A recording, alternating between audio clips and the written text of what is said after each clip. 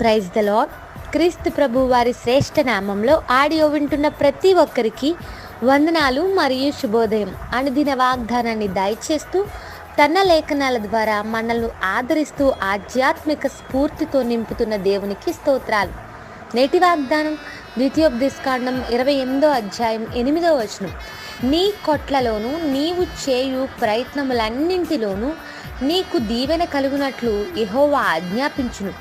నీ దేవుడైన యెహోవా నీకిచ్చుచున్న దేశంలో ఆయన నిన్ను ఆశీర్వదించును.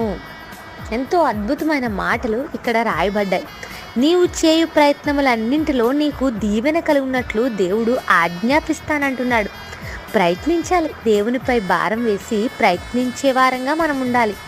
చాలామంది ప్రయత్నం ఏమీ చేయకుండా ఏదో జరుగుతుందిలే, మంచో చెడో దేవుడో చేస్తాడు అని అంటుంటారు. కానీ ప్రియ సహోదరులారా, దేవుని వాక్యం సెలవిస్తూ ఉంది, నీ ప్రయత్నాల్లో సఫలం చేసి దీవెన ఇచ్చేవాడు నీ దేవుడని. ప్రయత్నించకుండా దీవెన ఆశించడం అది సమంజసం కాదు. ఇంతవరకు ఏ ప్రయత్నం చేయకుండా, ఏ స్కిల్ని అభివృద్ధి చేయకుండా ఉండిపోయావేమో. ప్రయత్నం చేయి. నీ ప్రయత్నాల్లో దీవెన ఇచ్చేవాడు నీ దేవుడు. దీవెన కలుగునట్లు దేవుడు ఆజ్ఞాపిస్తానంటున్నాడు. దేవుడు గనుక ఆజ్ఞాపిస్తే అది జరగకుండా ఉండదు.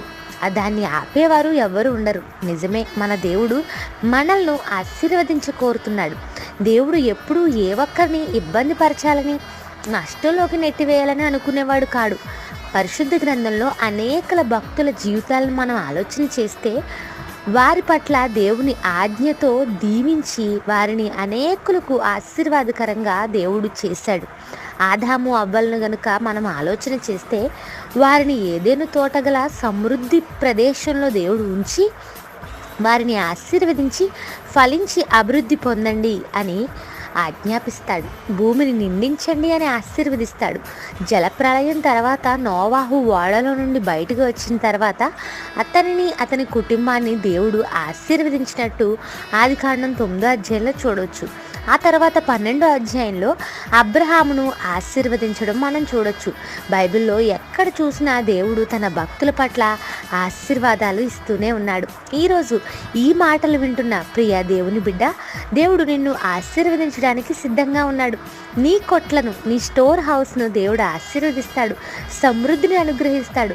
నీవు ప్రయత్నించేవానిగా ఉంటే, అది చదువు నిమిత్తం ప్రయత్నిస్తున్నావా, ఉద్యోగంలో ప్రయత్నిస్తున్నావా, వ్యాపారం కొరకు ప్రయత్నిస్తున్నావా, ఏదైనా సాధించాలి అనే ప్రయత్నంలో ఉన్నావా, ఆధ్యాత్మికంగా దేవునిలో లోతుకు నడవాలనే ప్రయత్నం చేస్తున్నావా? ఏదైనప్పటికీ నీ ప్రయత్నాల్లో దేవుడు ఈరోజు దీవెనతో నింపబోతున్నాడు. ఉన్నతమైన ఆశీర్వాదాలను నీ ప్రయత్నాల పట్ల సఫలం చేయబోతున్నాడు. ఈరోజంతా ఈ వాగ్దానం ఆధారం చేసుకుని దేవుని ఎదుట ప్రార్థించండి. దేవుడిచ్చు ఆశీర్వాదాన్ని పొందుకోండి. ప్రార్థన. ప్రేమగల మా తండ్రి, మాతో మాట్లాడిన మాటలు బట్టి స్తోత్రాలు. మా కొట్లలో సమృద్ధిని అనుగ్రహించి దేవుడివై మాకున్నందుకు వందనాలు.